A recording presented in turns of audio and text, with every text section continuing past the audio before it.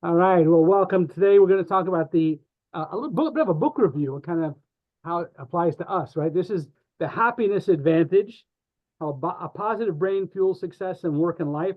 The author is Shawn, I'm going to say Achor. I think that's how you pronounce the last name.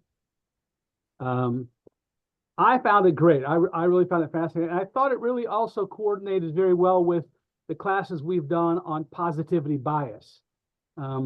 When we talked about positivity bias, we talked about a lot of the same things and how to have a positivity bias, how to think good and it will be good, gut wird sein good. You know, we covered a bunch of those different things. What I found fascinating here was at the risk of offending physicists, I'll use the scientific studies of psychology, because there's a whole question of psychology if that actually is a scientific study, right? Well, it's not. It's not. It's a soft science, very soft, Squishy squishy soft. Yeah.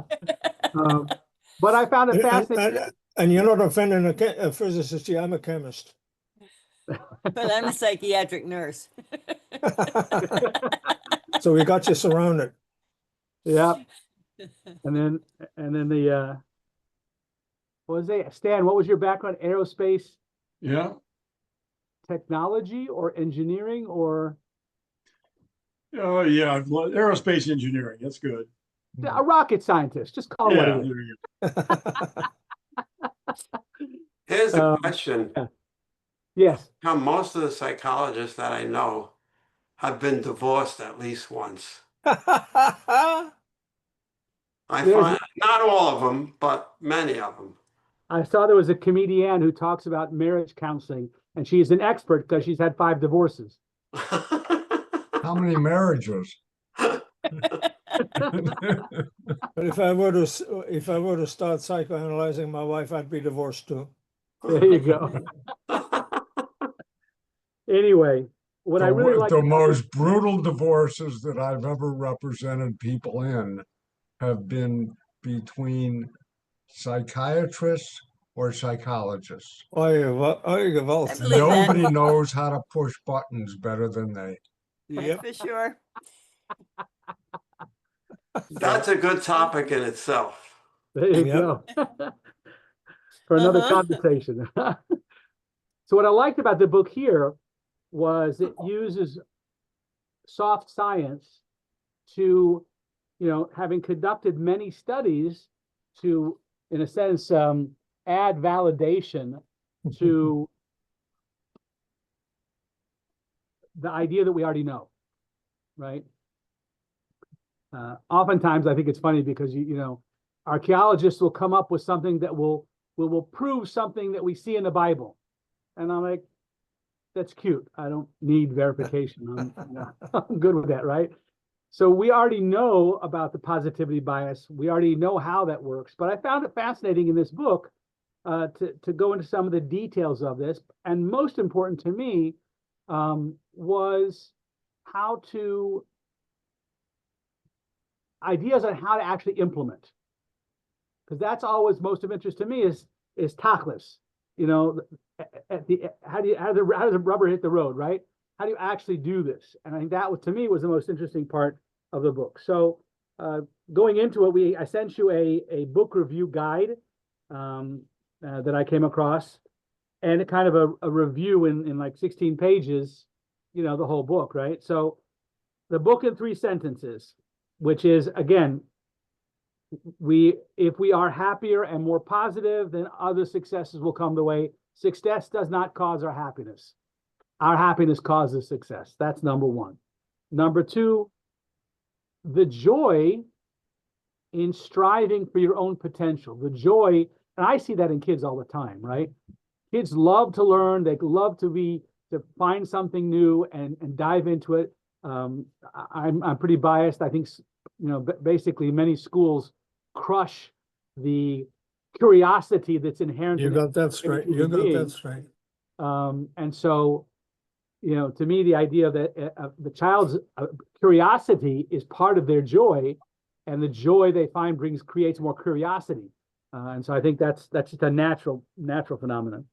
And the idea here happiness advantage is not the belief that we don't need to change. It's the realization that we can. We are not stuck in this path, in this role. Again, I'll go back to Judith Ager and her book, The Choice, right? Between stimulus and response, you have a choice. You have that time to be able to choose how you want to respond. And I think that's the piece here, is that no matter what happens, we have a choice as to how we not only respond, but what he talks about here, Shawn talks about the how we choose to view what just happened. That we can create the story around that. There may be a default story, but we also, with our own intelligence, we can look back and create a story around that as well, and a story that will serve us better. So I think that's a fascinating piece. So the 5 big ideas that he says here, happiness is not a mood, it's a work ethic, right? There's a nice Jewish song out these days with I want to say a hip hop, I don't know my genres, but a hip hop feel to it that is talking about, I didn't know I could just choose to be happy. It's a choice. You could just choose to be, right? So a very powerful idea here. And again, machshava shalit al halev, mind controls the heart. We can choose to be happy. We can make a conscientious choice of how we want to come across in the world. And again, using intellect, using our mind, constantly scanning the world for positivity allows us to experience happiness, gratitude, and optimism, because that's what we're scanning for. If you're looking for the negative stuff, it's always there. You can always find it. If you're looking for someone else to blame, I always like to smile back to our first example from the Torah itself, right? Adam eats from the garden, from the tree of knowledge, and then God says, hey, what have you done? And Adam's first response is, the woman that you gave me. There you go. There you go. So again, it's an intellectual thing. We can choose to take responsibility for ourselves and our future and how we perceive things. Or we can go to the default, which is usually much less productive, blaming other people, right? You can't grow like that. You have to take responsibility and make decisions. When we reframe failure as an opportunity for growth, we're all the more likely to experience that growth. And of course, we look at the example of Edison, who had, all these experiences. It wasn't like 999 ways to not, he learned 999 ways how not to make a light bulb. But that's framed in a positive. It's not like those are failures. No, they were learning experiences towards a positive end. And we can choose to see things that way as well. And he goes into the idea of post-traumatic growth, not PTSD, post-traumatic stress disorder or syndrome, but rather growth, post-traumatic growth. And again, that becomes a choice. It's not denying the trauma in any way, shape, or form, but it's how we choose to look at that and go forward in a way that's actually empowering and not taking it away from us. And most successful people in the world and work and in life believe that their actions have a direct effect on their outcomes. Such a huge piece. Such a huge piece. So many people have been trained and accepted that whatever they do, it's not going to make a difference. And that's a choice. That's a choice we make. We can choose to see that differently. And if nothing else, choose the dimensions in which we can have. I was mentioning this just the other day to a Chabad rabbi who was feeling that he wasn't getting anything accomplished, right? And I remember that the Lubavitcher Rebbe wrote to one of the Chabad shluchim, and he wrote, the shliach was bemoaning he's not getting anything accomplished. And the Rebbe said, your responsibility is to impact 7 lives and teach them how to impact 7 more. Right? Well, the number 7, I can manage that. I can manage that, right? I was looking at one time when you were talking about LinkedIn or Facebook and how many quote friends you have or connections you have, right? And who do you actually know when you friend somebody? Like you know them, right? And I think there was a statistic shared at some point that you can't really know more than 300 people. The brain just doesn't, you can't really know, not well like a friend, you can't really know more than 300 people. So this idea of the, Well, that is a loaded statement in the first place. Are we to take this in the biblical term of knowing? Probably not. See? Yeah. oh Definitions, goodness. definitions. So as we go through the summary, right, the things that popped out to me in the summary was that if you merely study the average, you remain merely average. And I think back again on the school system, how often are we just teaching to the average, right? Or the lowest common denominator, which The is lowest common denominator, unfortunately. right. So we look at the lowest common denominator, Yeah. and that's how everyone is judged. I remember so many kids who, they were a part of the subculture living in the hallways of the school because they've been thrown out of class because they're just, well, they finished all their work and they're bored out of their minds. So of course they end up Exactly. doing Yep. That's something Larry. creative, which gets them in trouble and gets them thrown out, right? Yep. Yep. The capacity to turn around and somehow use all of that brain power and creativity towards constructive ends. I had a 8th grade student in history, a history class, whom he took these long tests and he scored A+, and he now got only the bonus points as well and everything I did, right? So I gave him opportunities for further study, and he turned them all down. Multiple opportunities, he turned them all down. So on his report card that semester, I put down A+, not living up to his potential. He did not like that. And I said, well, Truth hurts. yeah. I'd like to see what Paul is up to these days, and see if he's living up to his potential. But back then in the 80s, he took the easy road. He was smart enough to not work and still get A+. So what are we doing to push ourselves? What are we doing to expand our horizons? I know that so many occasions the Lubavitcher Rebbe would have a Farbringen, and in the gathering, for whatever the occasion was, whether it was an upcoming holiday or was it a day of Jewish significance on the calendar, but not necessarily a biblical holiday, he would use the occasion to suggest we could do more. We could take on another haklata teva, another commitment to Torah study or prayer or tzedakah, and increase what we're doing, right?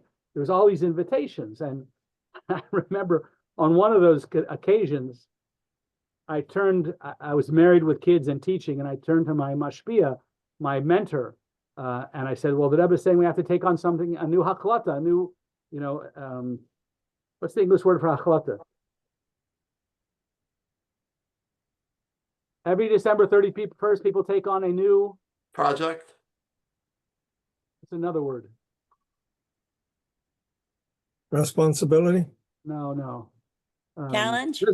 Resolutions. New Year's resolutions, right? Oh, I only have one, never to make one. That's a safer one. Yeah. But anyway, the idea of taking on new resolutions, right? And I turned to my mashpia, my mentor, and I said, what should I do here? And his response, God bless him, his response was, you can't take anything else on that takes more time because you are busy. So at that time, we took on not something which would cause more time, but would cause more focus, more intention, more thought in the moment. Like, actually thinking about what you're doing when you're putting on your tefillin and what that means. Actually thinking about when you're pulling on your talis or lighting Shabbos candles, what does that actually mean? So deeper intention would be the resolution, as opposed to trying to take on something that's going to cause more time or money or effort. So, but again, highest common denominator still is not enough. What could you do? What actually could the potential be, right?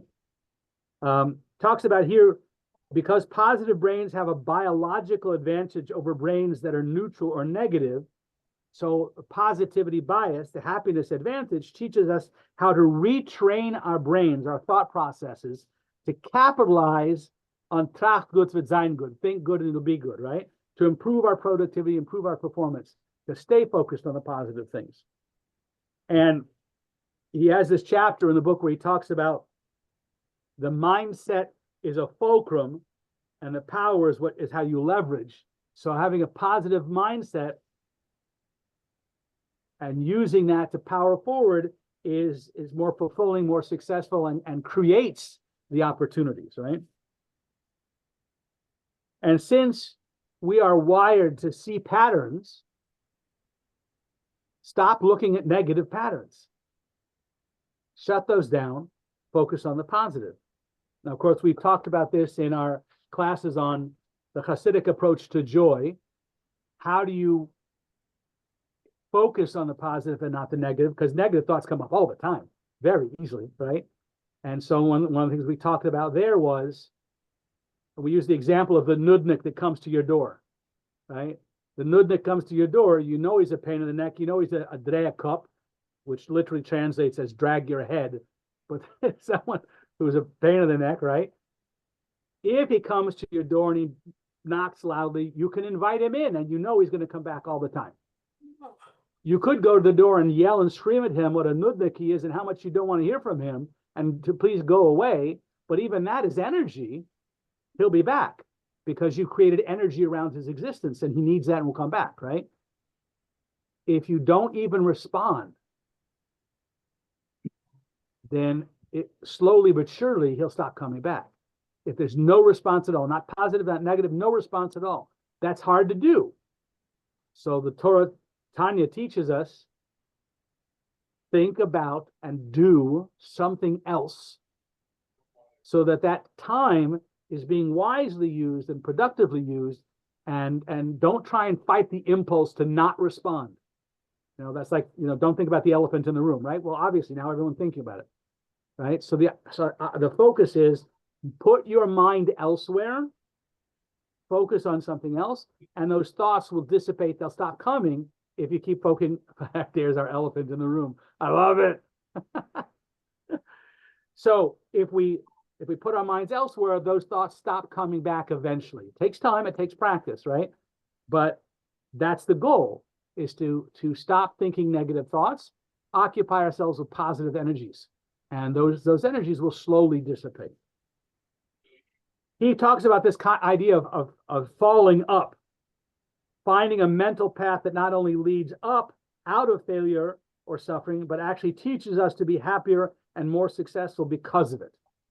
And one of the things I've talked about with my kids as well as with my cadets, I love this game. I can't do it, but I've watched kids do what's called a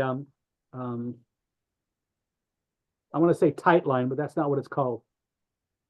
But it's a rope tied at about knee level between two trees, not even a rope, a 2-inch webular tubing that's tied between two trees very tightly, almost like a tightrope. And the idea is to be able to learn how to walk back and forth across it, right? And even do some stunts, those who get really good at it. And the idea is that you can't learn to do this without falling at least 100 times. But if you call that falling forward, learning from each experience, then you're growing. And it's a positive experience. So every fall is not negative, every fall is positive. So the same thing here, he terms the falling up is seeing every experience as a growing experience and an opportunity to learn and do more. And so focusing on that part of it. His concept of the Zorro circle, and he uses the movie Zorro, which is a nice frame to the lessons that are taught to the young one there. There's always those, what are the Patience Young Grasshopper? Remember that one? From yeah, and then there was and from Star Wars it was Patience Young Padawan. It's the same phrase, right? Use each growing experience, each failure as an opportunity to grow and to learn. Patience, it'll come, right? The Zorro circle was all about having the patience to not take on the whole project at one shot, but to take baby steps and celebrate what you can. He talks about the Zorro circle as your sphere of influence, right? If you focus on, like we mentioned earlier, I can help 7 people. I can't help all the Jewish college students at the campus, but I can help 7, and they can reach 7 more, right? So staying focused on success within our sphere of influence. Not changing the world, but just changing within our sphere of influence towards a positivity. And as we're successful, our sphere of influence will expand. So you'd get an A+, but you're not living up to your potential. There you go. And here he's saying you are living up to your potential. Not if you only do that which is reaching the 7, and you could be doing more. You're not living up to your potential There as you you go. described it. I'll accept that if you can do more. But the idea of this Zorro principle, he says, the Zorro circle, is being successful in your sphere of influence. Your sphere of influence will expand, and then yes, it won't be 7. You're right, it'll be more. But don't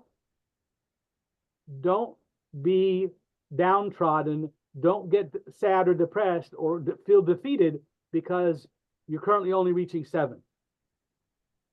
Do that effectively and positively, and your sphere of influence will expand because of the positivity, because we're staying focused on positive things.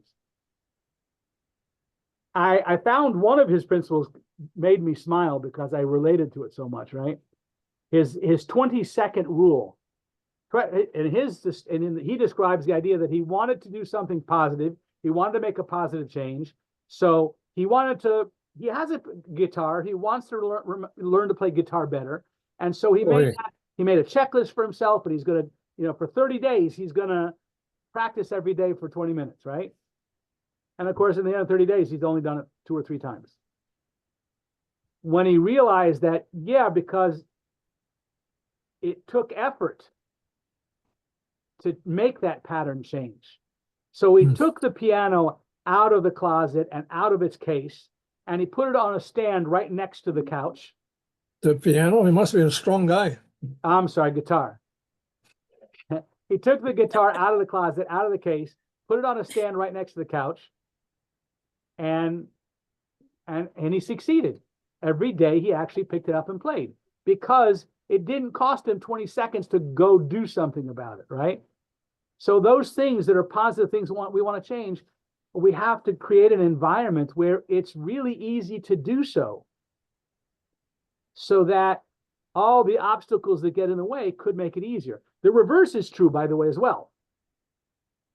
If you don't allow sugar in the house, I'm just speaking from personal experience. If you don't have chocolates in the house, it's easier to be able to move forward without those things. But if they're easily accessible, then stumbling is all that easier, right? Jeffrey, you were going to ask something or comment? No? No, you're absolutely right about that. If you, especially with trying to eliminate certain things in your diet, like sugar, if you don't buy it, you're not going to eat it. So I remember sugar is in our house, Judy. I remember when my mother was trying to stop smoking, and I think it was her 5th or 6th attempt to stop smoking. She realized that one of the things she had to do was stop hanging out with people that smoke, because it was too easy to bum a cigarette or get offered one. It wasn't enough to stop. She had to stop hanging out with people who do. Change your habits. And that's hard to do, but it comes Worked back to for that me. 20-second rule is to make the positive habits easier to do and make the negative habits harder to accomplish. And that's what brings us to success. I need to leave my tefillin laying out. There you go. That's it, Jeff. Yeah. The tefillin has to be sitting out where it's in your face all the time. Yes. Okay. I haven't played backgammon since. I just heard changed the my commitment. habits. Yeah. Oh, very good. Very good. My dad helped too, and my daughter wasn't born yet. They both helped. And the other product that he mentioned here was the most successful people invest in their friends, peers, and family members to propel themselves forward. They're making a social investment. And I think that's a huge piece because, you know, life is rough. Don't go this alone. You know, you need to surround yourselves with your peeps, you know, the people that are going to support you, that are encouraging you. It's a huge piece. I know that one of the cities I lived in for a while, I'm going to say PCS too, but that's not official really. One of the cities I lived in for a while, there was only one morning minion.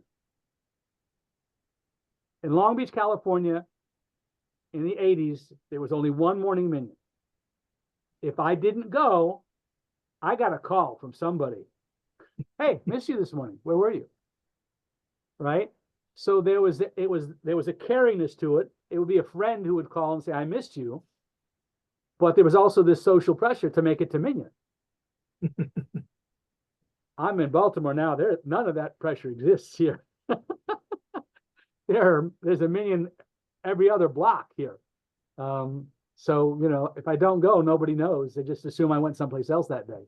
You know, so that social pressure is a very positive thing as long as we're surrounding ourselves with the right people. Now, I think it was Stephen Covey is where I first heard this idea that we are the average of the 5 people we hang out with most. Choose them Why wisely. am I in trouble? He's not included. We are the average of the 5 people we hang out with most, so choose them wisely. Obviously, in Pirkei Avos, the ethics of our fathers, it talks about the importance of choosing a good neighbor. You know, but the idea is, again, who you surround you with, you will be influenced. And so You sound like a State Farm commercial. Yeah. choose your neighbors. That's it, right? I'll help you. Come. So I think that was a number of very powerful points there that he talked about that I found very engaging and very supportive. Another area that he talked about was principles of efficacy, about how to do this, right? So happiness is the joy we feel striving after our own potential. So again, creating that happiness, the advantage of the happiness is when you're really trying to, all right, going to use a phrase from the Marine Corps, right? Be all you can be, right? When you know your potential, or when you are told about your potential and you seek to go there, that can be very satisfying. So it's knowing what it is and choosing to chase after that. So how do you raise your mood? How do you raise your mood, raise your happiness throughout the day? So it's a good list he provides here in the book as well, right? Meditation. Now, meditation doesn't have to be some Eastern religious, that nonsense, right? It can be, right? But meditation really, an inward focus. One of the things that I teach, we talk about the idea of square breathing to reduce stress, right? Which means to inhale for a count of 7 or something, hold it for a count of 7, exhale for a count of 7, hold the exhale for a count of 7, and then repeat. And so it's a meditative process, focusing inwardly on your breathing. It reduces stress, it brings calm, it helps us focus. It's something which is taught in the military as stress management under fire, to reduce the stress. We do that in some of our prayers too. Yeah. We do it when we do the Amida. We do it when we do Elena. We do it when we do the Kaddish. We move left and right.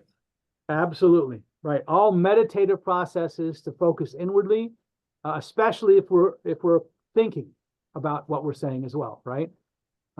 Because prayer can become mundane.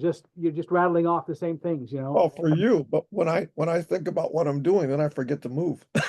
That's it. Well, you're ahead of me in that place because you stay focused. Why do you say it can't be the mundane? And I'm saying is that when you're not thinking about it anymore, there are times when I'll think, I just got up from the table, we ate bread. Did I say the benediction after did I bench? And I'll stop and think, I don't remember if I did or not. Which tells me then I had no concentration when I did that. So a meditation includes a concentration. What is the point of the meditation? Inward focus, an inward thought process that blocks out all distractions. And that's what brings the calm. When Jeff talked about prayer, doesn't that block out extraneous, even if you don't concentrate on what you're saying or even know what you're saying? If you're doing it in a language you don't understand, simply because of the ritual. Right. So I'm going to answer yes when Jeff prays. But I can tell you from personal experiences. That's because Jeff has been in a foxhole. We have. Granted. But I can also tell you, I can go through 3 or 4 paragraphs in the morning prayers, and I was thinking about work the whole time. My mind was on work, and the words were just rattling through. And so no, that's not meditative. I was thinking about work. And so there are times when the things that, whether it's prayers or other customs or other things, that we get so accustomed to doing them, they're no longer meditative at all.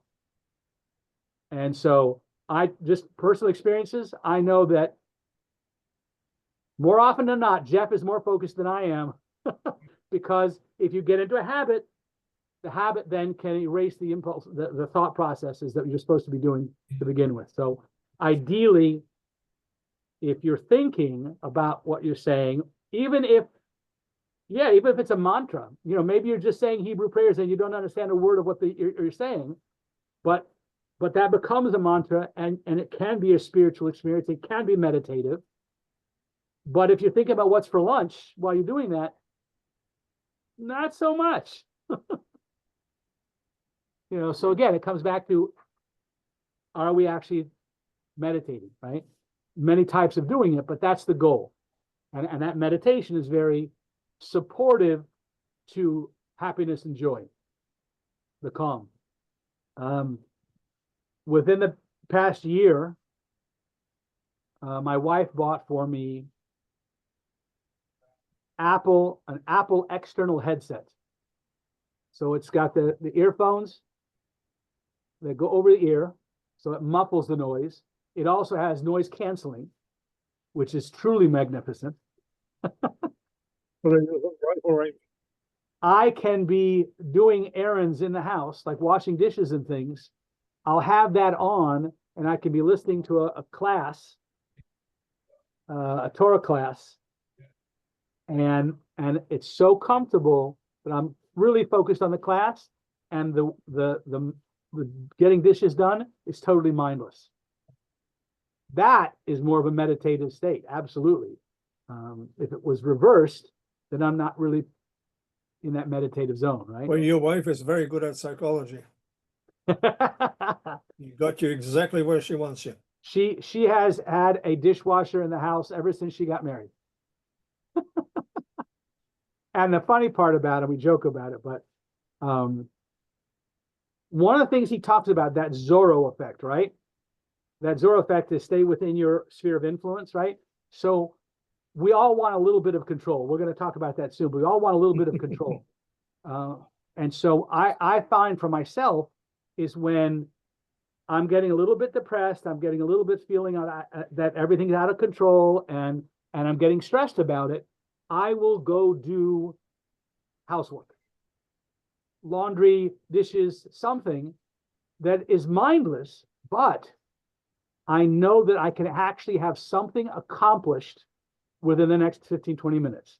The laundry will be done. The laundry will be folded. The dishes will be cleaned. There will be something I can look back and say, I did accomplish something. And that give me some level of support and happiness that I actually got something done, and that can take me out of my funk of feeling totally unproductive. We need to feel we're productive. We need to feel we're accomplishing something.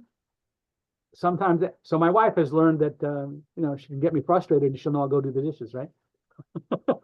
Or Wait a minute, is Fucks in that the reason you have the noise canceling earphone? You can't hear her at all? Is that the? You remember the old hearing aids where the wire came in to a pocket on the shirt and there was the transistor there in the shirt, right? I remember my Zayd all of us show him. I never understood until I got older. I never understood. Every time Bubby started yelling at him, he used to scratch his chest. You've seen that, Judy. We've seen that. Yep. My grandfather. Yep. Yeah, marvelous thing. But yeah, okay, I got it. Okay. How to improve your mood, raise your happiness. Find something to look forward to within the day, within the week, but something that you can look forward to. And that raises our joy because we know, I think most common is thank God Friday's coming, right? The weekend is coming, work is almost over. You find something to look forward to, and that helps you get through whatever the humdrums are. So it's another effective way. And that's why some people will schedule a vacation time 6 months or a year in advance, because they're now creating, not just because they're anal retentive, but that's true also. But Also true that we had to move our wedding date because I had a brother who was that anal retentive. And my German brothers all were that way. They planned everything 6 years in advance. exactly, right? But that Yeah. means you have something to look forward to, and that creates the excitement. Our trip with my boys to the Boundary Waters for 10 days of canoeing out in the wilderness was wonderful, and we looked forward to that for 9 months. Once we booked the dates, it was this wonderful thing to look forward to. We didn't think about the mosquitoes. That's a different story. You're playing for the mosquitoes. Yeah, you're playing for them. That's it. Number 3 on his list is commit conscious acts of kindness, not random acts of kindness, intentional acts of kindness. And in doing those things, it brings joy to us. It brings joy to us. And I had a conversation with one of my daughters recently. There was a person telling a story about a GI in France who was stationed there, who the people in the community adored him because he always found something nice to say or do or leave behind, just a simple act of kindness. And at some point when the chips were down and he was at risk himself, the town literally stepped in front of him to protect and defend him when the time came, because they so cherished that contribution that he made, right? So the little acts of kindness, the little acts of thoughtfulness, they bring joy not just to the recipient, but to the one who's giving them as well. Recently, we had an opportunity to step in and from Gold Star kids and to make a difference in their lives. And we're actually continuing to do that now. There's a couple of projects I'm working on now to step in. And I can't tell you the good I feel, and by extension, all those that are participating through their donations, the good I feel about the project I'm working on to support them. It makes my day, right? So those acts of kindness, those acts of goodness that we do, they, I think, do more for us than the recipients themselves, right? It's a very powerful thing. Again, infuse positivity into your surroundings. The more you create a positive environment around you, the more it feeds right back to you and creates the joy in our lives. Exercise, not to be minimized. Exercise, right? Exercise. You just lost me. It can be as simple as a nice walk, which, Bob, right outside, you've got the the lakeshore walk there. It's a beautiful opportunity, right? But whatever the exercise mugged. is, to find something that you can consistently go to that will support you. Now, some people need a workout buddy, because that social support creates I can't say no because he's expecting me to be there, right? So you create that environment. That's a good thing. The 20-second rule, right? Make it really hard to not do it. So right now, one of the things that's been most successful for me right now is I finally have back again an environment where in my basement, I have a VR headset, a virtual reality headset with a software called Supernatural. And it's a workout program. It's a workout program set to music. And I have been putting in 45 minutes of workout almost daily, at least 5 times a week now, with this, because I look forward to it. It's almost like, I want to say like dancing, right? Because it's in an environment where every song that the workout goes to is set in a different virtual environment. So it's up in the Alps, it's out on the beach, each environment is so beautifully expansive, and I'm choosing workouts that with the music that I enjoy. And so I'm not avoiding it. It's not like getting on the treadmill, right? Although I had a successful stretch for a year or so on the treadmill, and that was because I set up an iPad in front of me, again, with something that would draw me to the treadmill and preoccupy my mind for the half hour that I'm on the treadmill.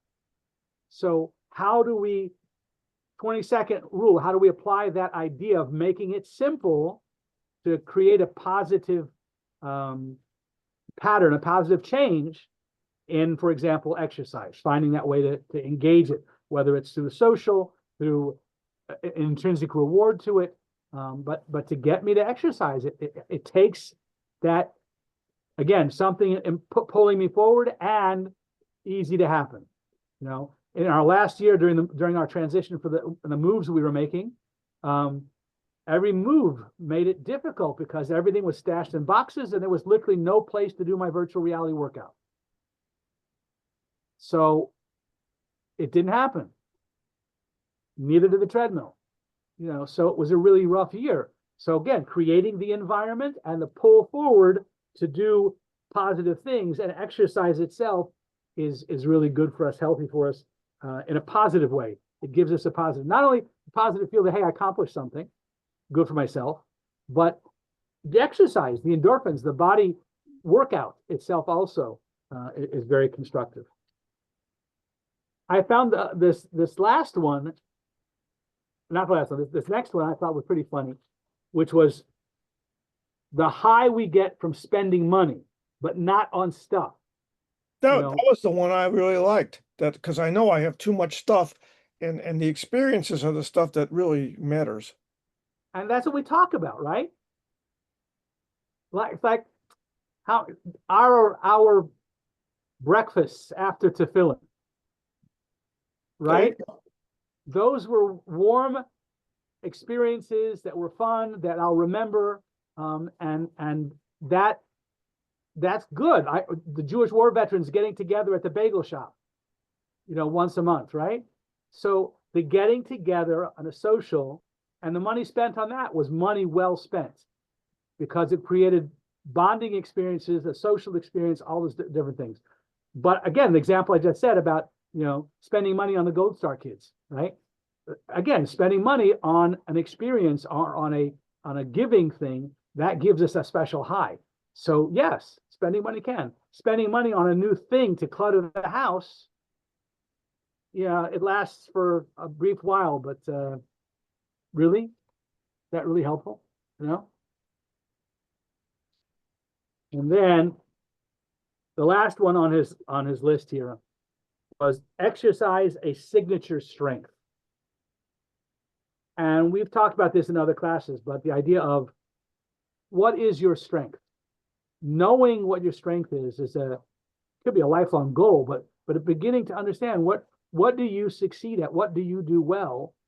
And that when you do it, it gives you strength, it gives you energy, it empowers you, right? I've had a number of jobs over the, you know, the decades of working where I have a skill set of getting things organized. I've been thrown into an environment of chaos, and then I break it down into fundamental pieces and step-by-step processes whereby it becomes a fail-safe method where even a McDonald's employee, you know, a Burger Jack can do this successfully because they don't have to think. It's a step-by-step process. I'm pretty good at that. I can do that, right? But it doesn't energize me. It doesn't feel great. It gets a job done, but that's not a strength because it leaves me tired, even if I'm good at it, right? A strength is something that you do well. And in fact, you do so well that you could get lost in space. You lose track of time.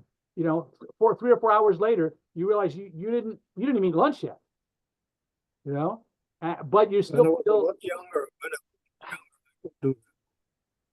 But Yeah. these days, my back tells me, okay, enough of that crap already. But finding our areas of strength and then being able to apply them. I have a dear friend who loves to research stuff, right?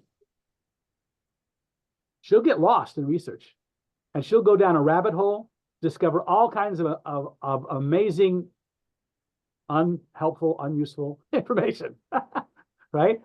But she loves to do research, and it's a strength to do research. So guided in the right direction, it's very powerful, right? If we know what our strengths are, finding opportunities to use those constructively, that brings happiness. That creates more happiness because we're playing to our strength, which we enjoy doing. We get lost into it. It gives us empowerment, and it's actually accomplishing things. So it's a huge idea here, is this idea of playing to your signature exercise strength. Super idea. So there's more in that, you know, worksheet that I sent out to you. He talks about the Tetris effect, which is, you know, if you practice looking for the positive angles on things, and you practice and you practice and you practice, you just start seeing them. Those patterns just start coming up very easily because you practice it, right? Journaling, the idea of journaling was that if you think of, even mention or write down 3 positive things that came about each day, your mind starts watching for them. Because you know you've got this assignment at the end of the day to share 3 positive things. So your mind starts tracking them during the day because you have to give an accounting at the end of the day. So you're thinking about it and you start tracking the positive things. So again, the idea of journaling or sharing, you know, successes for the day. Gives evidence that could be used against you. Yeah.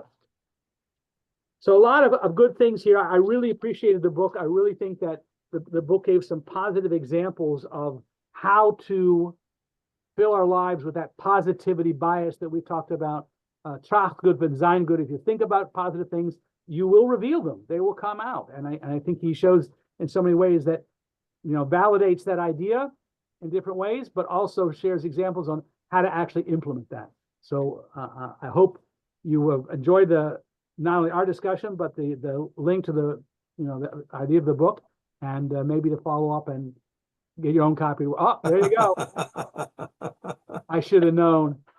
You should have known. Absolutely. We got it actually on used it Kindle, at too. work. Excellent. A good book. If you haven't read it, worth reading. If you haven't read it recently, worth reviewing. The question becomes actually implementing the ideas.